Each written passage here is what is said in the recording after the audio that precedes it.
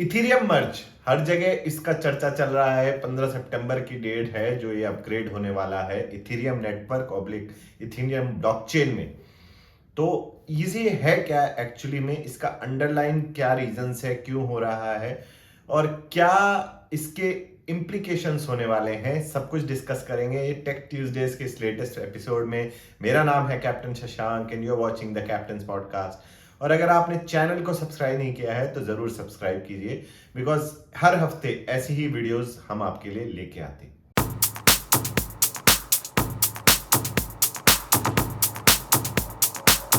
अब वीडियो में आगे बढ़ने से पहले मैं आपको बता दूं, अगर आपने ब्लॉकचेन और डिसेंट्रलाइज्ड फाइनेंस की हमारी वीडियो नहीं देखी है तो आप उसको देख लीजिए, because that is the basics that you need to know before understanding कि अपग्रेड क्या होने वाला है।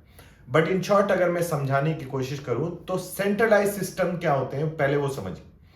तो जैसे अगर आप समझ लीजिए कि जैसे डेमोक्रेसी का अपोजिट क्या होता है, डिक्टेटरशिप, यानी कि एक डिक्टेटर सारी जनता के लिए डिसीजन लेता है। ऐसे ही सेंट्रलाइज सिस्टम में जैसे हमारी बैंकिंग प्रणाली वर्क करती है, आरबीआई यानी कि reserve bank of India central decision maker है, पॉलिसी मेकर है, और वो जो डिसाइड करता है वो सब फॉलो करते हैं। तो ये हो गया एग्जाम्पल सेंट्रलाइज सिस्टम का। डिसेंट्रलाइज सिस्टम में क्या होता है, जो the power is in hand of people, जैसे कि डेमोक्रेसी, हर कोई वोट डालता है और अपने लीडर को चुनता है। सिमिलरली डिसेंट्रलाइज फाइनेंस में पीयर टू पीयर जो है काम किया जाता है, मतलब आपके पीयर्स डिसाइड करते हैं ट्रांजैक्शन कैसे होगी, कब होगी, कितने की होगी और क्या वो सही ट्रांजैक्शन हो रही है कि नहीं, उसको वैलिडेट करना, ये सब ओपन नेटवर्क में डिसाइड होता है। शॉर्ट में बोले तो everybody is responsible for the integrity of the system and everybody is in control, at least in theory. लेकिन इन डिसेंट्रलाइज सिस्टम में एक प्रॉब्लम ये आ जाती है कि आप कैसे डिसाइड करेंगे कि everybody who is part of the network वो सबका भला चाहता है। बेसिकली वो नेटवर्क में कोई मेलिशियस एलिमेंट भी तो हो सकता है जो उल्टे सीधे डिसीजंस कैरी आउट करे, जिससे आपके ट्रांजैक्शन जो सही होने थे वो गलत हो जाए और जो गलत ट्रांजैक्शन थे वो सही हो जाए। तो इस चीज से बचने के लिए वैलिडेटर्स होते हैं, जो जिनका काम होता है ये जो ट्रांजैक्शन हुई है उसको चेक करना एक तरह से और उसको वैलिडेट करना। तो ये वैलिडेटर्स इस चीज को इंश्योर करते हैं। लेकिन क्या ऐसा नहीं हो सकता कि ये वैलिडेटर भी मलिशियस हो जाए, मतलब उनका भी तो कुछ अंडरलाइंग इंटरेस्ट होना चाहिए, वरना वो क्यों करेंगे इस काम को। और अगर हो सकता है वो भी मिले हुए स्कीम में लगा के और सब मिलके पागल बना दे एक दूसरे का, तो ये भी हो सकता है। अब इस चीज को सॉल्व करने के लिए वैलिडेटर्स को कुछ कोलेटरल पुट करना पड़ता है, जो कि स्टेक भी बोला जाता है।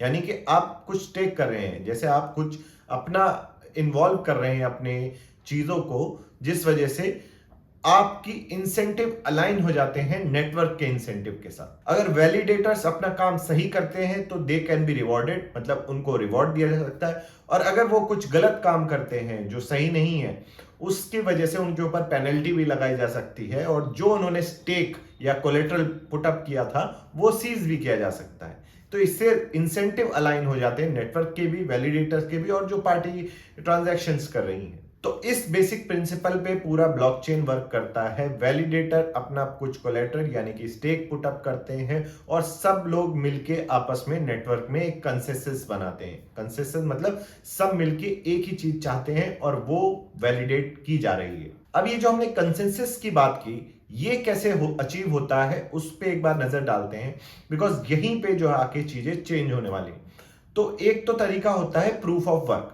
आपने देखा होगा कि बिटकॉइन और इथेरियम माइनिंग के लिए लोगों ने बड़े बड़े वेयर हाउसेज में अपने ग्राफिक कार्ड्स और मशीन्स को यूज करके माइनिंग शुरू करी। माइनिंग में बेसिकली वो क्या कर रहे हैं, जो आपके प्रूफ ऑफ वर्क कंसेप्ट की वजह से कंसेंसस अचीव कर रहे हैं। यानी कि आप अपना मनी, टाइम और एनर्जी लगा रहे हैं, और अगर आप सही वैलिडेशन करते हैं तो आपको बदले में रिवॉर्ड कॉइन्स मिलते हैं, और अगर आप सही काम नहीं करते हैं तो आपकी जो एनर्जी, टाइम वगैरह लगा वो सब वेस्ट हो जाएगा। तो इंसेंटिव अलाइन हो गए आपके नेटवर्क के साथ। अब इस मेथड से काम तो हो जाता है, लेकिन इतना एनर्जी इंटेंसिव है कि आप सोचिए जो इथीरियम नेटवर्क है वो उतनी एनर्जी कंज्यूम करता है अराउंड द वर्ल्ड जितनी फिनलैंड की जो कंट्री है उतनी energy is equal to energy consumed by the whole Ethereum network around the world. इसी वजह से लोग जो है एक ऑल्टरनेटिव की तलाश में थे और उस अल्टरनेटिव को पहचाना गया है प्रूफ ऑफ स्टेक। अब इस मेथड में क्या होता है, इस मेथड में आपको ये इतने बड़े कंप्यूटिंग सिस्टम्स रन करने की जरूरत नहीं है। आप जो वैलिडेटर्स हैं उनसे बोलते हैं कि आप अपने खुद के पर्सनल जो आपके कॉइन्स हैं, ईथर या फिर बिटकॉइन, आप उसको स्टेक पे रखिए, यानी कि आप उसकी बाजी लगाइए। और जब आप अगर सही काम करते हैं तो आपको रिवॉर्ड में बदले में और कॉइन मिलेंगे जैसे पहले मिलते थे। लेकिन अगर आप सही काम नहीं करते हैं तो आपके जो कॉइन्स आपने कोलैटरल यानी कि स्टेक पे रखे थे उसमें से कुछ या फिर all of that collateral will be seized, depending on कि आप किस तरीके का सिस्टम लगाने वाले हैं। तो अब जब हमने ये बेसिक को समझ लिया, अब समझते हैं कि मर्ज अपग्रेड, टेक्नोलॉजी अपग्रेड जो हो रहा था वो आखिरकार क्या हो रहा है। तो बेसिकली जितने भी पार्टिसिपेंट हैं इथेरियम नेटवर्क में, वो प्रूफ ऑफ वर्क जो कि एक एनर्जी इंटेंसिव कॉन्सेप्ट था, प्रोटोकॉल था, उससे proof of stake faster protocol पर शिफ्ट कर रहे हैं। अब ये कोई नहीं जानता कि ये कितना कारगर होगा, कितना सक्सेसफुल होगा, क्योंकि इस स्केल पे कभी भी ऐसे पहले प्रूफ ऑफ स्टेक वाली प्रोटोकॉल नहीं लगाई गई। अब इसमें भी कुछ लूप होल्स तो जरूर होंगे, वो अभी तक हमें नहीं पता। लेकिन एक चीज जरूर यहां पे गौर करने वाली है कि इथेरियम इसकी वजह से इन्वेस्टर फ्रेंडली जरूर हो जाएगा।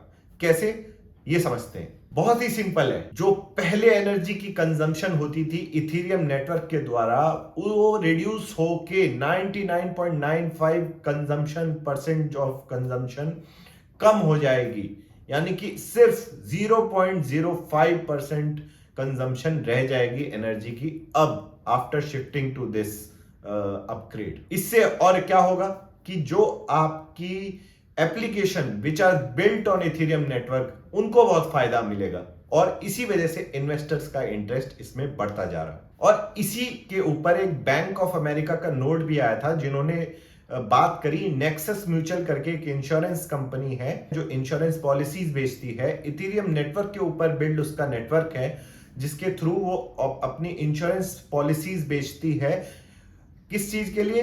कि क्रिप्टो करेंसीज के जो हैक्स होते हैं, कि मान लीजिए आपके वॉलेट में इतने पैसे थे और हैक करके किसी ने चुरा लिए, या फिर बड़ी कंपनीज हैं उनके किसी वॉलेट या कहीं पे उन्होंने स्टोर करके रखे थे अपने करेंसी और उसमें हैकिंग हो जाती है और वो पैसे चुरा लिए जाते हैं एक तरह से, तो वो चीज ये इंश्योर करते थे।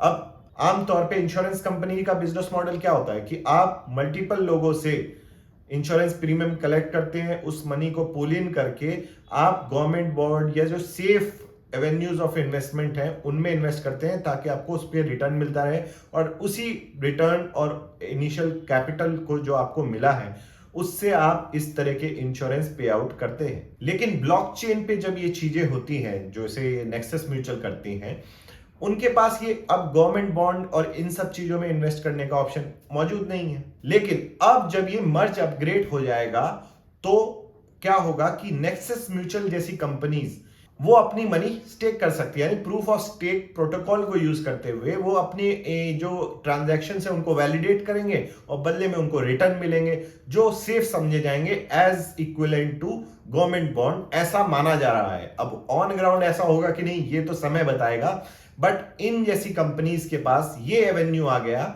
जो उनको प्रॉपर रिटर्न्स और सेफ रिटर्न एक तरह से दे सकता है। लेकिन अब ये सारी चीजें हमने जो बात करी हैं कितनी कारगर होंगी ये तो समय ही बताएगा। लेकिन टेक्नोलॉजी एंड क्रिप्टो करेंसीज के स्पेस में जिस तरह से इवॉल्वमेंट हो रही है वो तो काबिले तारीफ है और नए प्रॉब्लम्स के साथ नए सॉल्यूशंस भी आ रहे हैं।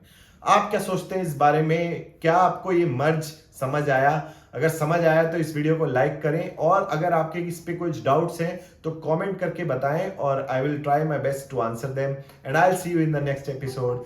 जय हिंद।